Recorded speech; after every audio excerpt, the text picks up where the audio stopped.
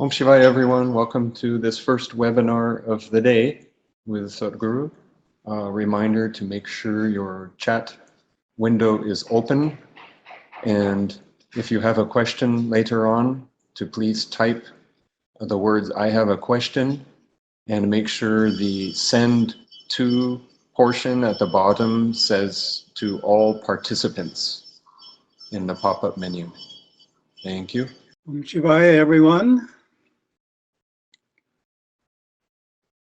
I'm sure you're more awake. Most of you are in North America viewing us. Much more convenient time of day for you. Today we're using a different program. I don't anticipate any problems. I took a Keynote program and exported it into a PDF. So we're viewing a PDF on the screen. And the title is 6 Levels of Practice.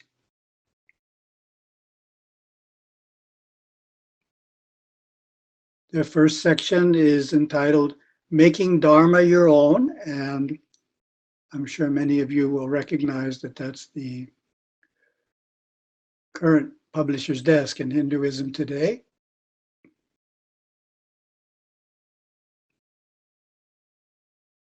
I have met many Hindu youth in the United States who think that the temple is the totality of Hinduism. And if they feel pujas are boring, as many Hindu youth do, because they are in Sanskrit or are too long, then they conclude that Hinduism is boring and don't participate at the temple. One young man asked me directly if it was all right to not attend Hindu temples. I indicated that it was, couldn't really say anything else, but that then he really needed to focus on fulfilling Dharma. So the basic idea is, and there are many Hindu youth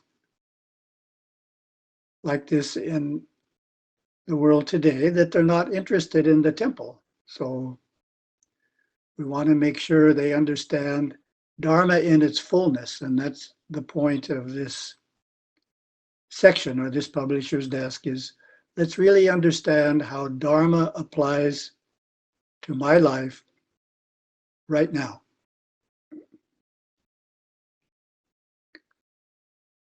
Dharma is a complex and comprehensive term with many meanings, including religion, divine law, law of being, way of righteousness, ethics, duty, responsibility, virtue, justice, goodness, and truth.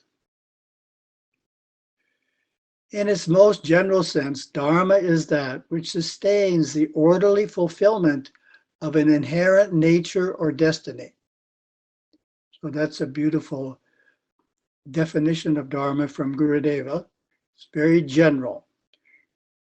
In its most general sense, Dharma is that which sustains the orderly fulfillment of an inherent nature or destiny. Comes from the Sanskrit root dri, to sustain, carry, hold.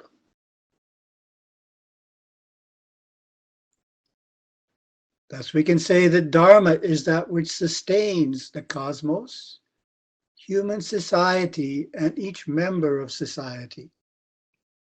Relating to the individual soul, it is the mode of conduct most conducive to spiritual advancement, the right and righteous path.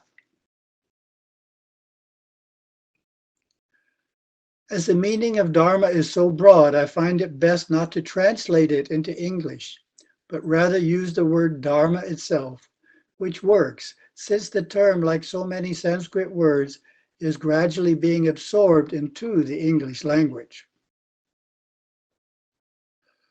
A book traditionally studied at a young age in Tamil schools is St. Avayar's ancient work, Atichudi. Consists of 108 one-line verses that, while teaching the alphabet, provide guidelines on right living. The first verse is on Dharma. It says, Autumn Seya Virumbu, which means desire to fulfill Dharma. This shows the long-standing importance of Dharma in Hindu education, and it sounds so simple. However, Dharma has so many subtleties that many youth find it challenging to relate to the concept. In response, we explore here 5 aspects of the term and their application in life. The first and core meaning of Dharma is living virtuously and fulfilling duty.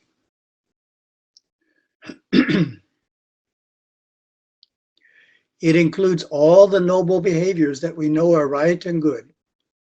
One learns to be selfless by thinking of others first, being respectful of parents, elders, and swamis, following divine law, especially ahimsa, which is mental, emotional, and physical non-injury to all beings.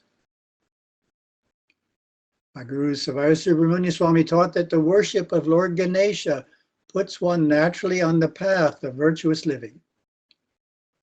He stated, Ganesha sits on the psychic lotus of the Muladhara chakra, the ganglia of nerves at the base of the spine within everyone. This chakra governs time, matter, and memory. As the spiritual aspirant is lifted up from fear and confusion into conscious awareness of right thought, right speech, and right action, the Muladhara chakra becomes activated. But the seeker loses one thing. He loses his free instinctive willfulness. It is lost forever. Yet it is not a great loss. Man's own personal willfulness, his animalistic free will, is a feeble and insignificant force when compared to Lord Ganesha's divine will. When beholden to God Ganesha and inwardly awakened enough to be attuned to his will, it is then quite natural that the instinctive will bows down. Personal likes and dislikes vanish. Limited faculties of reason and analysis are overpowered and subdued by a greater will, a cosmic will, the will of Dharma. So as I've mentioned before, when it comes to the chakras, usually the presentations on the chakras focus on awakening the highest chakra. That's what we're trying to do. Let's awaken the Sarasvara chakra or the Ajna chakra. Gurudeva, of course, starts at the other end. He says, well, let's not worry about that initially. Let's just get ourselves stabilized in the Muladhara chakra, the first one, because lots of people are living at least part of the time below that chakra. How do we know if we're living below that chakra? We're experiencing fear, anger, and jealousy. Doesn't just mean 1 minute of fear or anger, but it means regular, prolonged periods of fear, anger, or jealousy means we're living below the Muladhara chakra. So Gurudeva's idea here is through the worship of Lord Ganesha, we can bring ourselves up in consciousness for the basic requirement of being stable in the Muladhara chakra. So this first aspect of Dharma applies to everyone at all times. It's universal. Doesn't matter how old you are or other aspects of your life. It universally applies to people. Second aspect of Dharma is entitled Two Paths, Two Dharmas. Recently, I gave a presentation at a weekend retreat of the Hindu Students Association. One of many written questions submitted to me in advance showed a common misunderstanding. The question said, we talk about detachment from Maya, but for most of us, our career and living is centered around worldly subjects and concerns. How can we reconcile this fact with our larger desire to separate from the material world?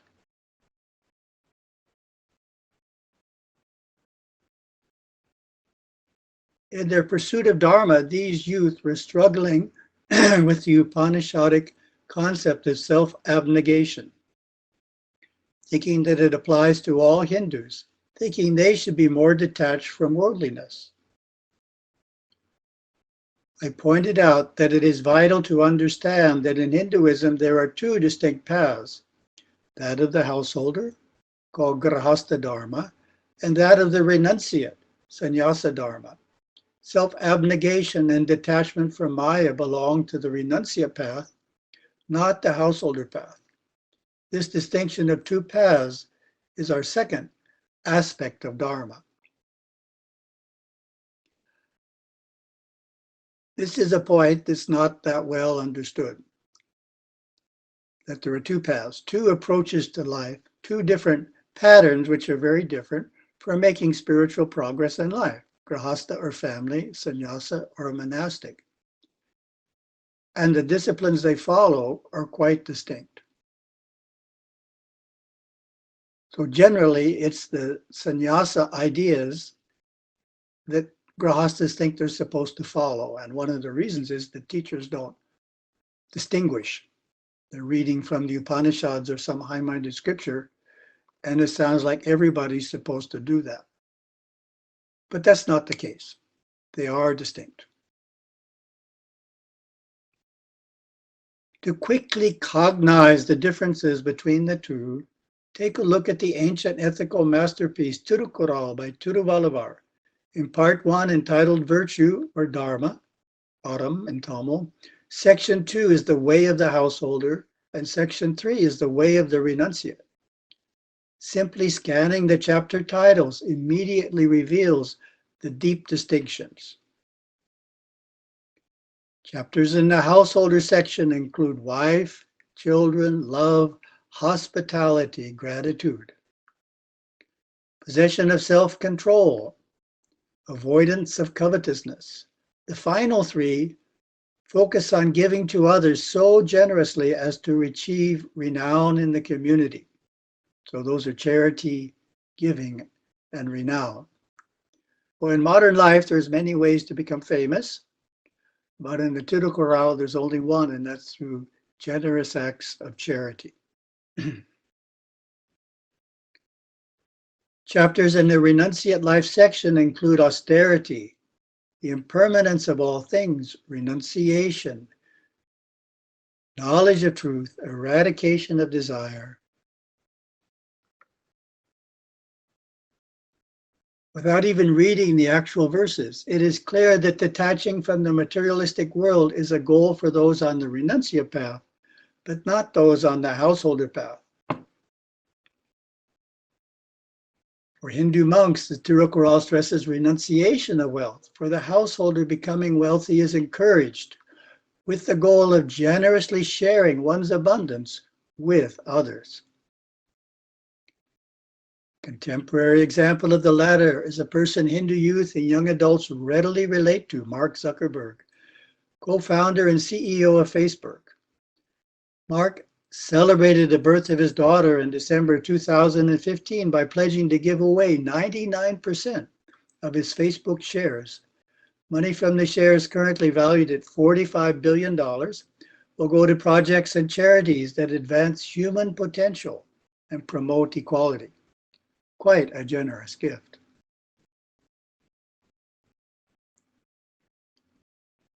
Our third aspect of Dharma is entitled, Which Stage of Life? The Sanskrit term for stage of life is ashrama dharma. Ashrama dharma is the natural expression and maturing of the body, mind, and emotions through 4 progressive stages. This idea was developed millennia ago and detailed in scriptures known as Dharma Shastras to highlight the fact that our dharma or duty changes and evolves as we mature from youth to adulthood, senior years, and old age. My guru considered that in modern times, each ashrama is a 24-year period applying equally to men and women as follows. Brahmacharya, student, birth to age 24, learning, pursuing secular and religious studies. Grahastha, householder, age 24 to 48, raising a family, fulfilling a career or profession, serving the community. Vanaprastha, elder advisor, age 48 to 72, offering one's experiences to help others. And sannyasa, retiree, age 72 onward, withdrawing from society and devoting more time to religious practices. Our fourth key to Dharma is to understand it as one of the four goals of life. Again, these concepts, if you were to ask Hindu youth what the four goals of life are, many of them wouldn't be able to tell you, and it's a really central Hindu concept, giving us a perspective on life. Sanskrit term is Purushartha, which literally means human wealth. These are four goals in which humans may legitimately engage, also called Chaturvarga, fourfold good. They form a cornerstone of Hindu ethics. We know them well, of course. Dharma, or duty and piety. Artha, or wealth. Kama, love and enjoyment. And moksha, enlightenment and liberation. It is vital to note that while Dharma is a goal in its own right, it is also the guiding principle of the other three goals, as it defines the proper way to pursue wealth, pleasure, and moksha. Do we acquire wealth in a virtuous and honest way? Are spouses faithful to one another?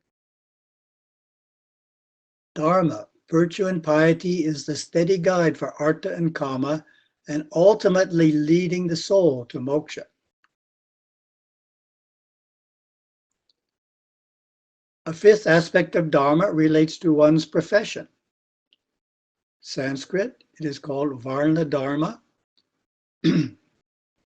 As we read in Gurudeva's Dancing with Shiva, Varna Dharma defines the individual's obligations and responsibilities within the nation, society, community, class, occupational subgroup, and family. In some professions, the principles or dharma that guide it are defined in formal declarations. For example, Western medical doctors take the Hippocratic Oath, which includes the promise, I will apply for the benefit of the sick all measures which are required, avoiding those twin traps of overtreatment and therapeutic nihilism. Lawyers take an oath, one version of which states, I will employ for the purpose of maintaining the causes confided to me, such means only as are consistent with truth and honor. Other professions, such as certified public accountants, have a written code that members are expected to follow.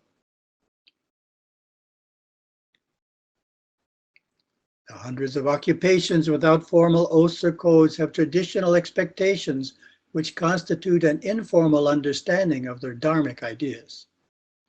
The idea is this, that when individuals fulfill their respective Varna Dharma, the whole of society functions smoothly.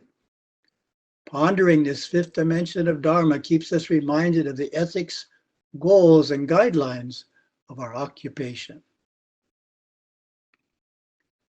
By meditating on and understanding these five aspects of Dharma, youth and adults can unfold a much better sense of Dharma's place in their life and thus strive in an informed way to fulfill the first verse of Atti-Chudi. Aram Seya Virumbu, desire to fulfill Dharma. This concludes our first section. This concludes our section on the first level of practice, which is only focusing on Dharma. So the number of stars goes up. So this is the first section. So it just gets, first level of practice just gets 1 star. Do we have any questions on the first level of practice? Okay, I don't see any questions. We'll keep going.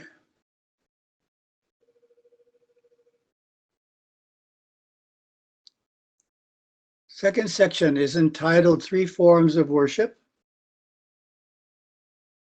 and an additional topic of samskaras.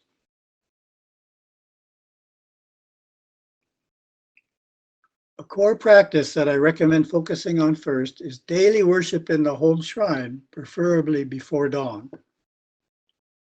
Every Hindu home should have a place of worship. It may be as simple as a shelf with pictures of God, or it can be an entire room dedicated to worship and meditation. Many families have a spiritual guide or guru and display his or her picture in the shrine. If you are living away from home, such as at a university, a single photo may have to do. In this sacred space, we light a lamp, ring a bell, and pray daily. The most devout hold a formal worship ritual or atmarta puja. This regular daily worship is called upasana. Residents go to the shrine for blessings before leaving for work or school. At other times, one may sit in the shrine to pray, chant the names of God, sing devotional songs, read from scripture, or meditate. The home shrine is also an excellent place to recenter oneself through prayer and reflection when emotionally upset. A second expression of Hindu worship is utsava, holy days. Observing the same day each week as a holy day and celebrating the major festival days through the year. On the weekly holy day, the family clean and decorate the home altar, attend the nearby temple, observe a fast. To make such weekly visits practical, Hindus seek to live within a day's journey of a temple. Those who do not live close enough to a temple to visit weekly go as often as they can and do their best to attend the major festivals. So notice this is Gurudeva's definition of utsava in this context, that it includes both the normal meeting of festival as well as worshiping weekly at the temple on the same day, ideally as an entire family. So it has those two components to it, utsava. Temple is a sacred building revered as the home of God. This is because of its mystical architecture, construction, and continuous daily worship or puja performed thereafter. As we know, puja is performed by qualified priests, invoking the deity by chanting Sanskrit verses from scripture and making successive offerings, which conclude with arati. This is Gurudeva installing the Shiva Lingam at the Murugan Temple in Maryland. The deity image or murti is especially sacred. It is through the murti that the presence and power of the deity is felt by devotees who attend the puja for blessings and grace. A third expression of Hindu worship is pilgrimage or tirtha-yatra. At least once each year, a journey is made for darshan of holy persons, temples, and places, ideally away from one's local area. During this sojourn, God, gods, and gurus become the singular focus of life. All worldly matters are set aside. Thus, pilgrimage provides a complete break from one's usual day-to-day concerns. Special prayers are kept in mind, and penance or some form of sacrifice is part of the process. Actually, the preparation is as important as the pilgrimage itself. Read that sentence again. The preparation is as important as the pilgrimage itself.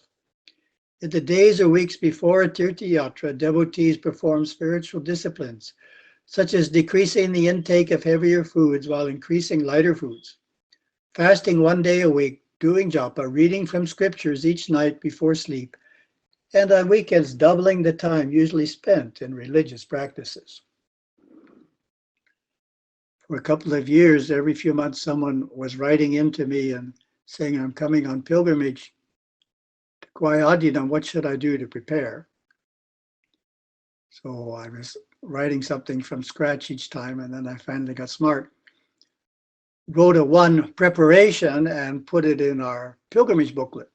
So if anyone asks me the question now, I just say, well, just read our pilgrimage booklet. It has exactly what you need to prepare for a pilgrimage to Kwayadinam.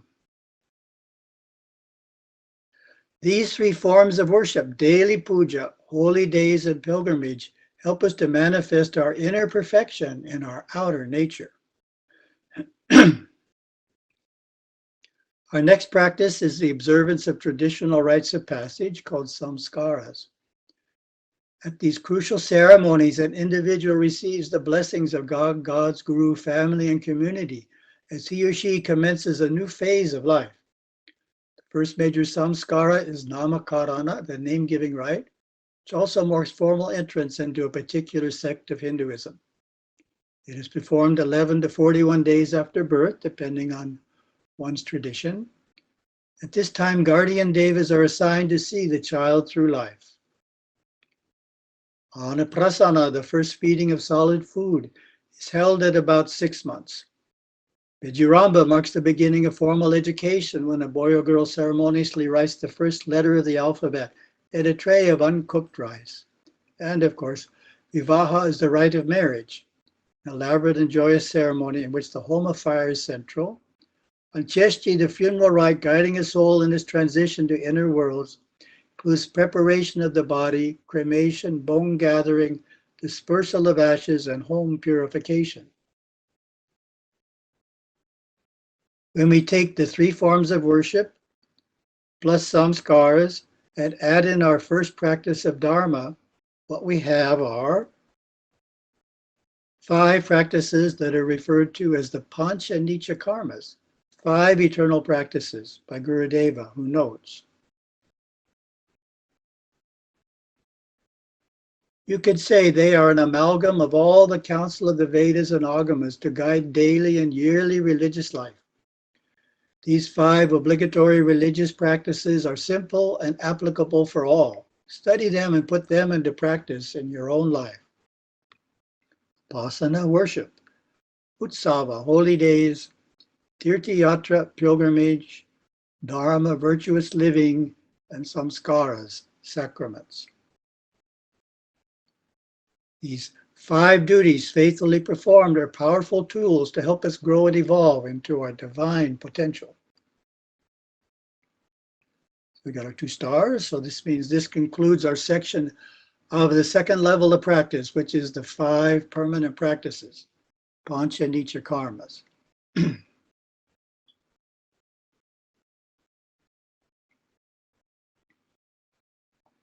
So you can see that Gurudeva is encouraging all Hindus to fulfill the Pancha Nicha Karmas. It's not that strict. There's no long daily practice involved. And it does have the important components of going to the temple once a week. Going to the temple once a week is very helpful in keeping the aura purified, as well as Gurudeva mentions in some places that helps our karma unfold in a smooth way. In other words, it's not as, the difficulties are lessened when we go to the temple. We still face difficulties, but they're not anywhere near as much as we would have if we weren't worshiping at the temple. Any questions? Second level of practice, Pancha Nicha Karmas. Okay, moving on. Third section draws on my publisher's desk a 10-minute spiritual workout. As you have probably already noticed, each of these sections is quite short. So it's not the full pub desk, it just draws on the essence of it. An important aspect of traditional Hinduism is that during the teenage years, you take on a daily practice, such as seen in this slide, which is of Sandhya Vandana. Vandana means worship. Sandhya means the change of day, which takes place at dawn and dusk. So it's a worship done twice a day, dawn and dusk, very traditional. Those who can read Devanagari. Oftentimes the Upanayana Samskara would be given and the daily repetition of the Gayatri mantra taken on. However, the predominant trend in India and other countries is that fewer and fewer families follow such disciplines. Sitting with me, so many say the same thing. We just can't seem to find the time for personal daily worship, japa, or meditation. Time devoted to employment, transportation, eating, entertainment, physical exercise, spending time with family and friends takes up the whole day. Traditional 1-hour daily religious workout is proving to be too long and because the benefits are not well understood, it is commonly skipped altogether. So what's the solution? I focus primarily on the youth, for their patterns are not too rigid to change. I devised a 10-minute program consisting of 4 activities that can be performed whenever time is available. Hopefully, the brevity and flexibility of the time of day, along with a clear sense of the spiritual benefits, will motivate students to adopt this workout, or equally as good, customize a routine of their own. I suggest this practice be taken up around age 15 and maintained throughout high school and university. After schooling, it is hoped that those serious about their spiritual life will increase their spiritual workout to half an hour a day. Workout consists of 4 activities: worship, introspection, affirmation, and study. The worship portion involves repeating a mantra to a chosen deity or reciting 9 or more names of the deity, offering grains of rice to a murti or picture with each repetition or name. For example, if worshiping Lord Ganesha, one might intone the mantra, Om Shri Ganeshaya Namaha, or another of your choice or lineage. Alternatively, a short bhajan can be sung while looking at the deity's picture or murti. Devote 2 minutes to this simple expression of reverence and gratitude.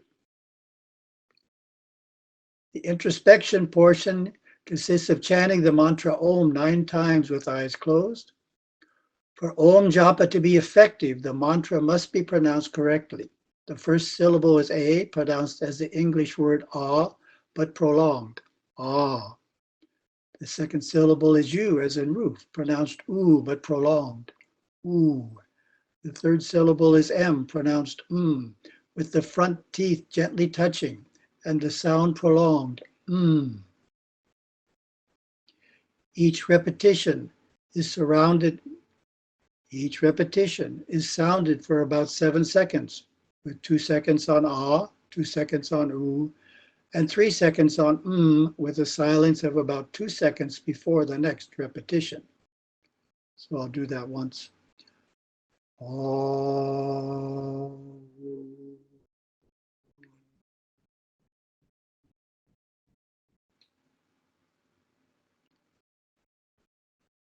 On the first syllable, ah, we feel the solar plexus and chest vibrating. On the second syllable, oo, the throat vibrates. And on the third syllable, vibrates the top of the head. Devote 2 minutes to this. Affirmations are statements repeated to oneself to place specific impressions in our subconscious mind to produce positive results in the future. This portion of the workout consists of repeating 9 times the affirmation, I'm all right now. 2 other affirmations that can be used are, all my needs will always be met, and I can, I will, I am able to accomplish what I plan. The threefold key to effectively utilizing affirmations is 1, keep the mind focused on the meaning of what you are saying. 2, hold in your mind a visualization that shows the result you want to achieve.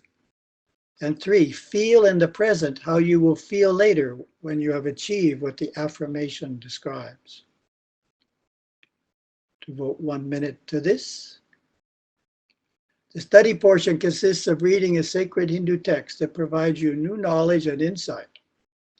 It is important to choose a work that you find clear and inspiring, avoiding those that seem obscure or technical. Devote 5 minutes to this. What are the benefits of these 4 religious practices? The benefit of the worship portion is that it increases our devotion to the deity, enhancing our relationship with him or her. It is a natural first step toward eventually performing a full rite of worship, Atmarta Puja. The introspective practice of chanting Om produces a calming effect on the mind, and raises our energies into the more spiritual part of the mind, moving you into the higher chakras, our intuitive nature. Provides a natural first step toward the deeper practices of meditation, such as regulating our breath, pranayama, drawing energy from the senses, pratyahara, focusing the thought process, dharana, leading to experiencing our inner soul nature, dhyana and samadhi. Repeating an affirmation each day helps us become more positive and self-confident, making us more successful in everything we do. Affirmations are also a great antidote to worry. The study of sacred texts increases knowledge of our faith and catalyzes insights into Hindu philosophy and practices. It is important to keep in mind that the amount of spiritual advancement we make toward our ultimate goal of experiencing God, self-realization, and the subsequent liberation from the cycle of rebirth or moksha is directly related to the amount of time we devote to religious practices. Sage Patanjali mentions this in his Yoga Sutras, chapter 1, verses 21 and 22. For those who have strong dedication, samadhi is near. Whether one's practice is mild, medium, or intense also makes a difference. Patanjali is indicating that spiritual progress is not just based on how much time we devote to our religious practices, but also on how much dedication, energy, or effort we put into it. His third verse on the topic, 23, states, Samadhi may also come through devotion to Ishvara. This means that effort and dedication can be supplemented by the blessings of grace we receive due to our intense devotion to God. In conclusion, these four practices of worship, introspection, affirmation, and study provide a simple, balanced approach to a consistent daily practice. We hope you give it a try. This concludes our section on the third level of practice and gets 3 stars. Which is the Pancha karmas, we don't give them up, plus a 10-minute daily spiritual workout. Oh, any questions? While someone is considering asking a question, I'll make a comment. One of the common misconceptions in Hinduism is you can achieve some profound realization without putting in a lot of work. All you have to do is go to Varanasi and die there, and that's all you need to do. Or recently I was told if you just get a few drops of water from the Kumbhabhishekam, that'll do it. And of course, certain teachers, they give you a weekend seminar and charge you significantly and indicate that'll do it. So I was answering one of the individuals talking to me about this, and I said, well, if someone went to a weekend seminar, would you trust them to be your brain surgeon? Well, of course, you wouldn't. To be a brain surgeon, how many years of school does it take? Quite a lot when you add it all up. You have to go through all of this study, and then you have to actually practice in residency before you can be qualified to do something like that. Well, God realization is even more subtle than brain surgery. So we can't expect to achieve it without lots of practice, lots of study, lifetimes of effort. Well, that's trying to put it in perspective there. Okay, the last sections are a bit shorter.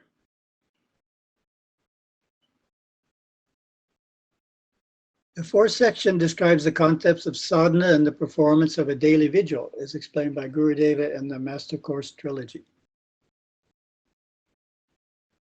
Our Mind Academy lexicon defines sadhana as effective means of attainment, self-effort, spiritual discipline, the way.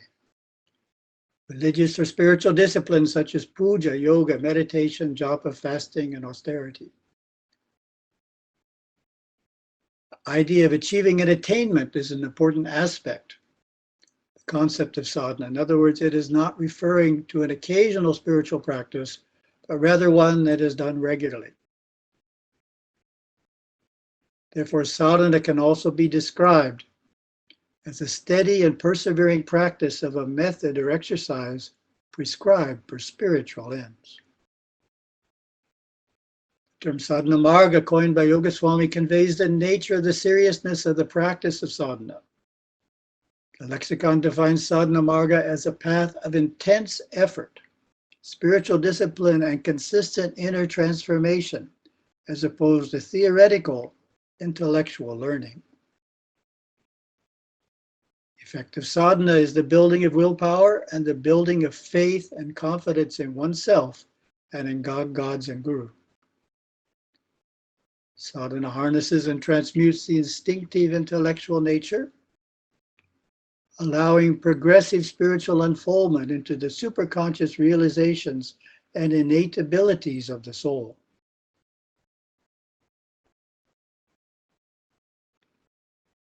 Gurudev explains how the daily vigil relates to sadhana. To give sadhana a place in your life, you must establish a daily vigil. The ideal time is early in the morning, just after bathing, before you start to think about the activities of the day.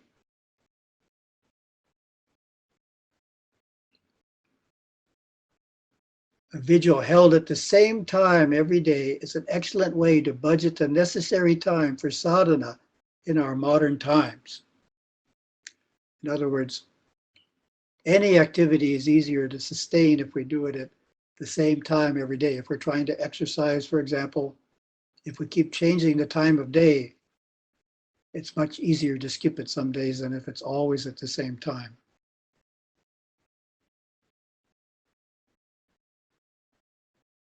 Gurudeva describes the traditional pattern. Each day, hundreds of millions of Hindus awaken for the last fifth of the night, bathe, don fresh clothing, apply sectarian marks called tilaka, sit in a clean, quiet place for religious disciplines. Facing east or north, the devotional puja rites of bhakti yoga are performed. Hatha yoga, hymn singing, japa, and chanting are often included. And follow scriptural study and meditation, listening to the sound current and contemplating the moon-like inner light. The duly initiated practice advanced yogas, but only as directed by their guru. Through the day, karma yoga, selfless religious service, is performed at every opportunity. Besides these yogas of doing, Hindus practice the central yoga of being, living a joyful, positive, harmonious life.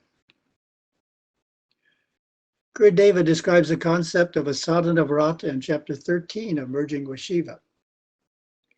Yes, sadhana begins in the home, and it begins with you. It must be practiced regularly at the same time each day, not 2 hours one day, 1 hour the next, and then forgetting about it for 3 or 4 days because you are too busy with external affairs, but every day at the same time. Meeting this appointment with yourself is in itself a sadhana. In the technological age, nearly everyone finds it difficult to set aside 1 hour, wish to perform sadhana. That is why, as in your sadhana vrata or vow, you promise to dedicate only 1/2 hour. The agricultural era, it was easier to find time to perform sadhana 2 or 3 hours a day. Why? The demands of external life are not as great as they are now in the technological age. 1/2 hour a day, therefore, is the amount of time we dedicate for our sadhana. Of course, that's before we increase it to 1 hour. We found in the 1982 book 2 of the Master Course, the text Gurudeva wrote for taking a sadhana vrata, made a few updates, and incorporated it into the new supervised Master Course study. So I thought you would enjoy seeing how it reads for someone new.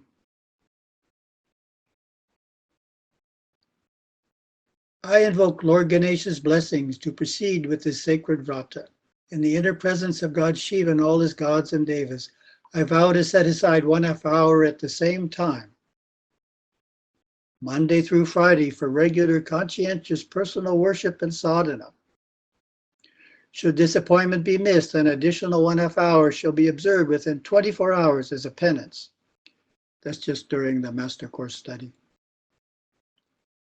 During the vigil, I vow to perform Ganesha Puja, Om chanting, and the assigned readings. May Lord Shiva bless me and give me the strength to proceed on the path of sadhana toward his feet. We are stressing the daily vigil more in our revised Master Course Supervised Study for new students than we did in the previous version of the Supervised Study. It's a 61-week-long course.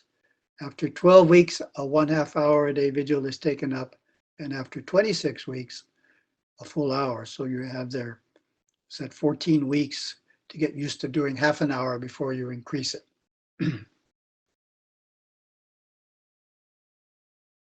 So this concludes our section on the 4th level of practice, which is the Pancha Nicha Karmas plus a half an hour a day daily vigil. And as we mentioned before, our basic pattern is to encourage youth to just try and sustain a 10-minute a day vigil while going to school, and then after school is finished, to increase it to half an hour a day. Any questions? Hey, we have a question. Toshadev and Kamala, welcome to become a panelist. Show yourself. There you are. Oh, good. Welcome. Thank you. Can you hear me? Yes. Yes. Can you hear us? Just go ahead. One question, Gurudeva mentions the A little orientation. louder, please. Gurudeva mentions the orientation of our sadhana being north or east, thinking that must be the Earth's rotation. Our shrine rooms, we've always faced more south or west facing the Adinam because we feel like that's the center of the universe. And is that okay? It's just talking about the direction to point when you're doing the sadhana. Yes, so we are always doing our sadhana. The shrine room can point all kinds of different directions depending on the house. You know, you didn't build the house from scratch, but you want to face east or north to do sadhana. So a simple way to face east is you see where the sun's rising, you face that. That's what I do. Thank you, Bodhinath. Yes, it's more important than the Adinam because it's relating, you know, it's the Adinam, it's the forces of the earth are more conducive to spiritual practice if you're pointing north or east. That's the idea. Kamala Okay, has- any other questions? Go ahead. Sadhguru? Hello. Oh, you really got to speak up. This is Kamala. Can you hear me? Almost. Okay, I was wondering if one is on vacation, if there are certain practices that would be best for maintaining a continuity of sadhana. It depends on the nature of the vacation. Oh, if you've had Samaya Diksha, that's the one thing that we need to do every day. Samaya Diksha, doing your japa. That's not optional. If you miss it, you need to make it up. Otherwise, Gurudeva describes the vigil as something we do Monday through Friday, but we don't need to do it on weekends or when traveling, right? Oh, it depends on the nature of the trip. If you're in a different place every day, it's very hard to do much. But if you're settling into a mountain cabin somewhere for a week, you know, then you could bring a Shiva Lingam and do an Abhishekam, you know, depending if you can light incense and so forth. So it depends on how stationary you are or how mobile you are on a daily basis, exactly what you do. The minimum is the Om Namah Shivaya if you've received mantra diksha. The rest is up to your creativity, okay? Yes. Thank you, Bodhinath. Thank Okay. you. Thank you. You're actually quite loud when I turn up my computer. Okay, moving along here. Okay, next we can look at performing a vigil. Oops, sorry. For those who are formal shishya, the vrata taken is for 1 full hour vigil as described in the Nandinatha Sutra verses 21 and 22. Worshippers of Shiva perform a 1 hour daily vigil, ideally before sunrise, in a clean, quiet place after bathing and donning fresh clothing and holy ash. This vigil is optional on weekends and when traveling.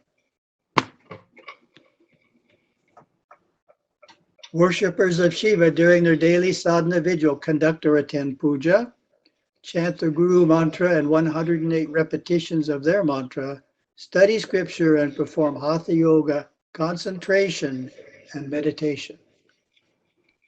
That is the shortest part yet. It's part 5, which is lengthening the half an hour vigil to an hour vigil. So we'll skip the questions because the next part is also short. Next, we can look at performing a vigil during the sannyasa ashrama. First, let's review the concept of the 4 stages of life from our first section on Dharma.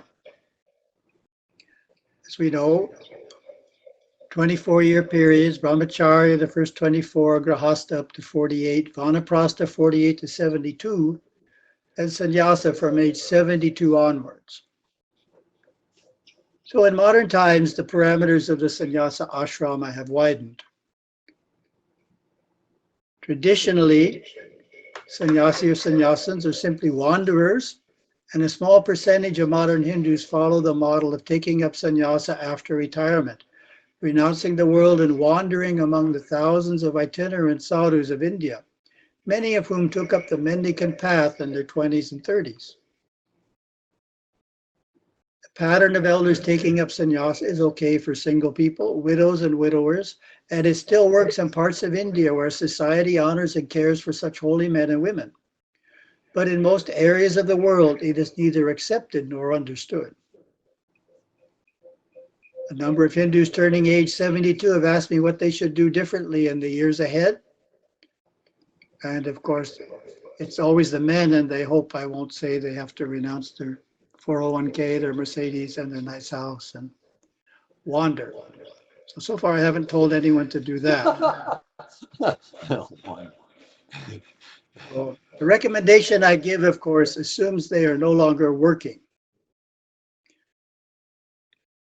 My advice is to simply intensify whatever religious practices they are already observing. So this is a general statement, not just for members. If you perform a daily puja for 30 minutes, increase it to an hour. If you meditate daily for half an hour, increase it to an hour. If you go on pilgrimage for 2 weeks once a year, increase it to a month. Once these changes have become a firm habit, one would naturally be inclined to devote even more time to religious practices. After age 72, as the physical forces wane, is the best time to turn within and withdraw from worldly involvement. Gurudeva gave this helpful description of the 3rd and 4th ashramas for modern times. It is during the latter stages of life that family devotees have the opportunity to intensify their sadhana and give back to society of their experience, their knowledge, and their wisdom gained through the first 2 ashramas. The Vanaprastha ashrama, age 48 to 72, is a very important stage of life because that is the time when you can inspire excellence in the brahmacharya students and in the families to see that their life goes along as it should. Later, the sannyasa ashrama beginning at 72 is the time to enjoy and deepen whatever realizations you have had along the way. Following the principle given for the sannyasa ashrama of doubling the amount of time we have been putting into all our sadhana, we could automatically initially increase the vigil for formal shishya from 1 to 2 hours in the sannyasa ashrama.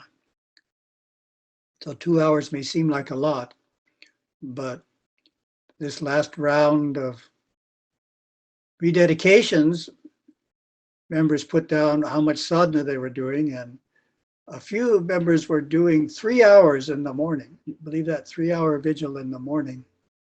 And a few others were doing about an hour in the morning and an hour in the evening. So it added up to 2 hours altogether.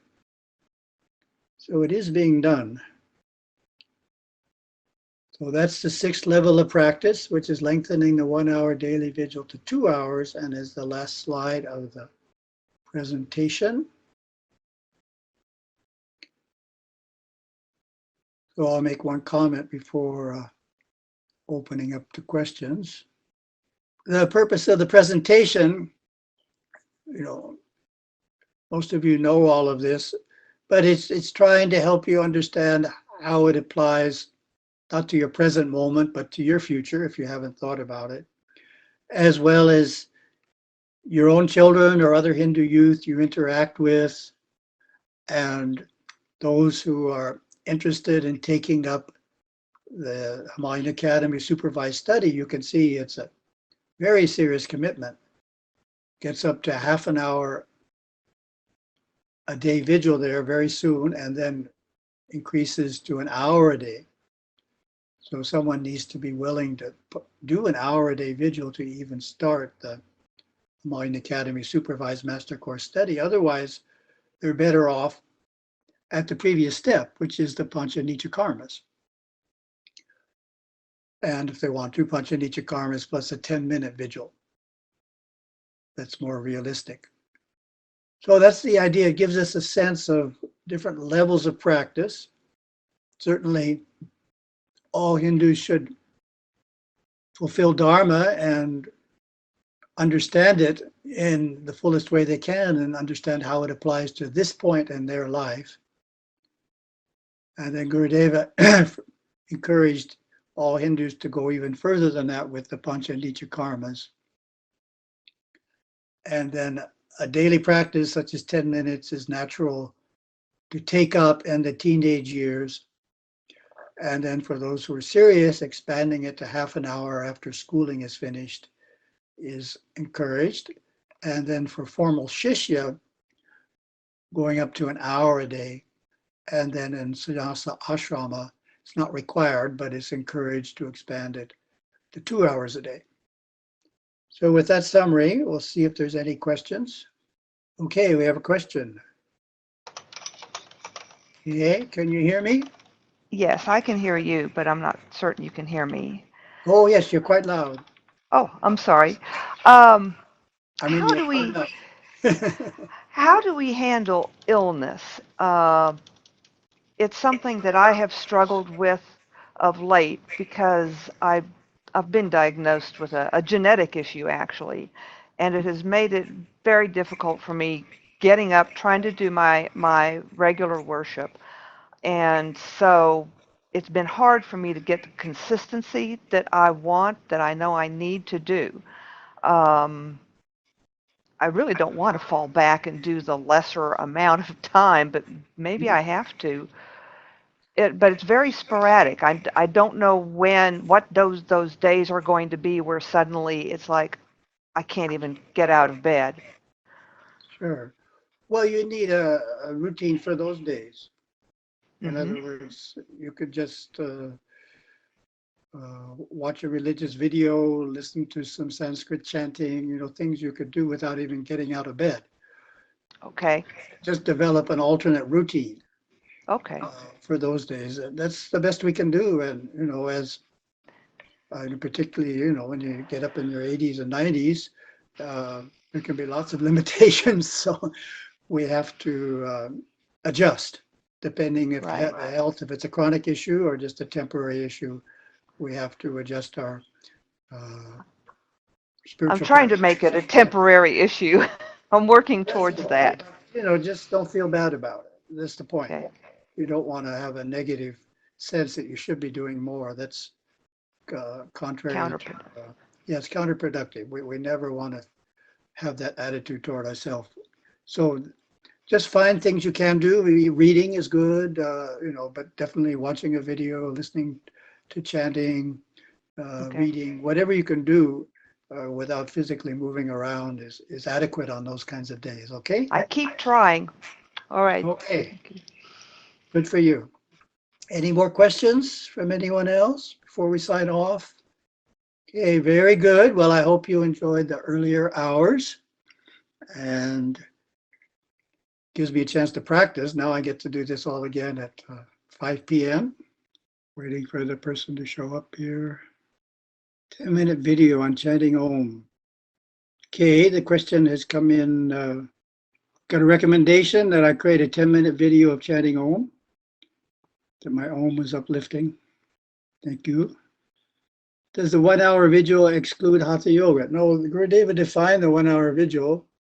Sutra 22, worshippers of Shiva during their daily sadhana vigil conduct or attend puja, chant the Guru mantra, and 108 repetitions of their mantra, study scripture, and perform Hatha Yoga, concentration, and meditation. So it does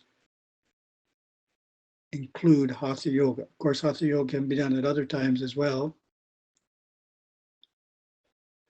But if you're trying to fit everything in all at once, then it's fine to do Hatha Yoga as part of your daily vigil. Any other questions? Okay, yes, Sotino. Any other questions? If not, okay. Yes, Hatha Yoga can be done before going to bed. It's a excellent practice then. So just in summary then, as I say, the material presented today is not new to most of you, but ideally you'll have some new insights into how it applies to you, how it applies to other family members. If you're working with Hindu youth, it gives you some sense of what would be good for them. If you have children, then it gives you some sense of the different approaches that you can take to your children, depending on their amount of interest. And that's what it is. So thank you very much for joining us. Om Namah Shivaya.